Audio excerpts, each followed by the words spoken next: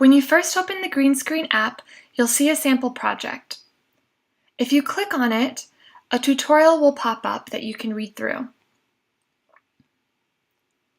You can also play with the sample project. You can edit it to see how each of the tools work, but you won't be able to save any of your changes. To create your own project, click on the plus icon in the top right corner and choose Create a New Project. You'll notice 3 timelines at the bottom. Think of these as layers of a cake. This is where you'll build your project from the bottom up. Click on the plus icon by the bottom timeline to choose your background. You have 3 sources for your background. You can choose the live video camera, a pre-recorded video, an image, or an animation that you would make separately in another Do Ink app. I'm going to choose an image. Now notice that the app automatically goes to my camera roll.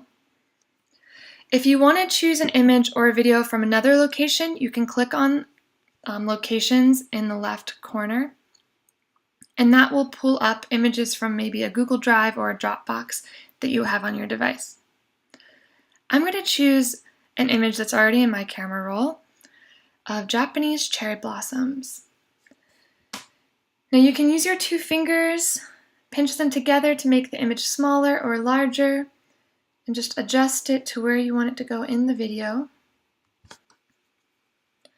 Next, click on the plus icon by the middle timeline, and this is where you're going to put your green screen video.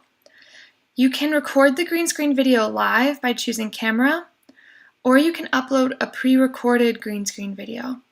I'm going to upload a pre-recorded green screen video. Now notice that the app automatically detected the green background and applied the chroma key filter.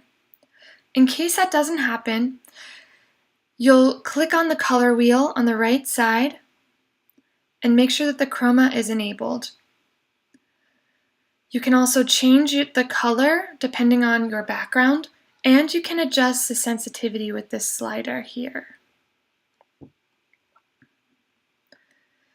If there are parts of your green screen video that you want to crop, you can click on the crop tool located next to the color wheel and create a crop rectangle like this. Again, you can pinch your fingers together or apart to adjust the size, and then drag the image to where you want it to go in your background. If you're happy with this, you can go ahead and save it or record if you're recording live.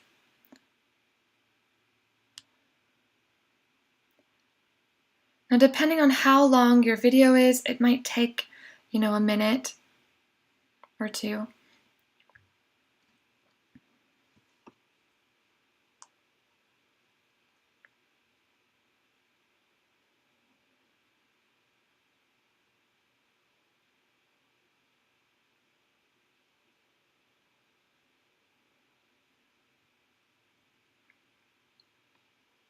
Okay, and now you have 3 options. You can preview your video.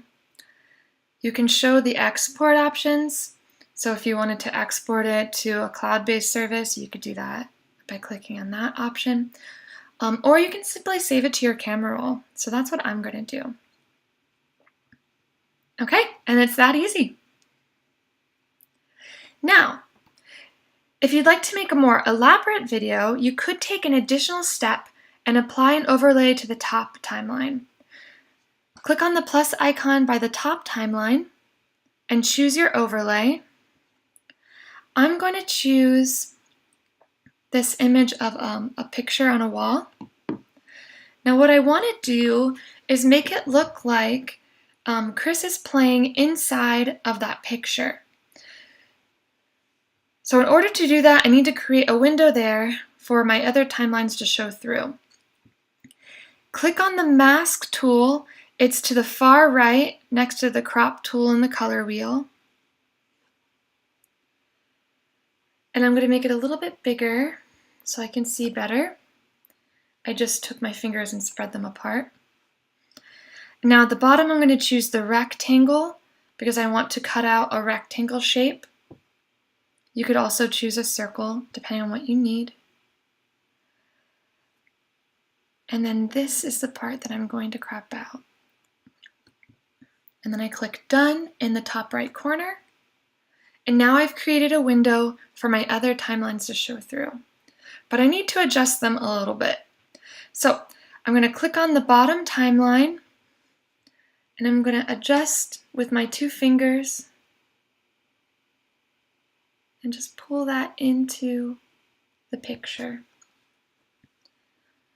Okay, now I'm going to click on the middle timeline so I can pull Chris into that video. We'll put him right there. Again, if you're recording this live, you'll see a red record button in the middle that you'll press. Otherwise, you can just go ahead and click Save. That's what I'm going to do.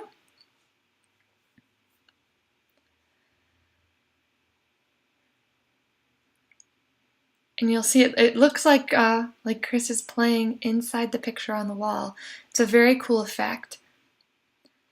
You could also apply a camera lens overlay to make it look like you're shooting from inside a camera.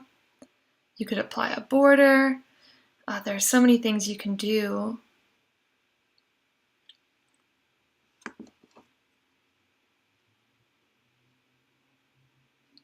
Okay, and I'm going to go ahead and save this to my camera roll. And now I have a 3-layered video.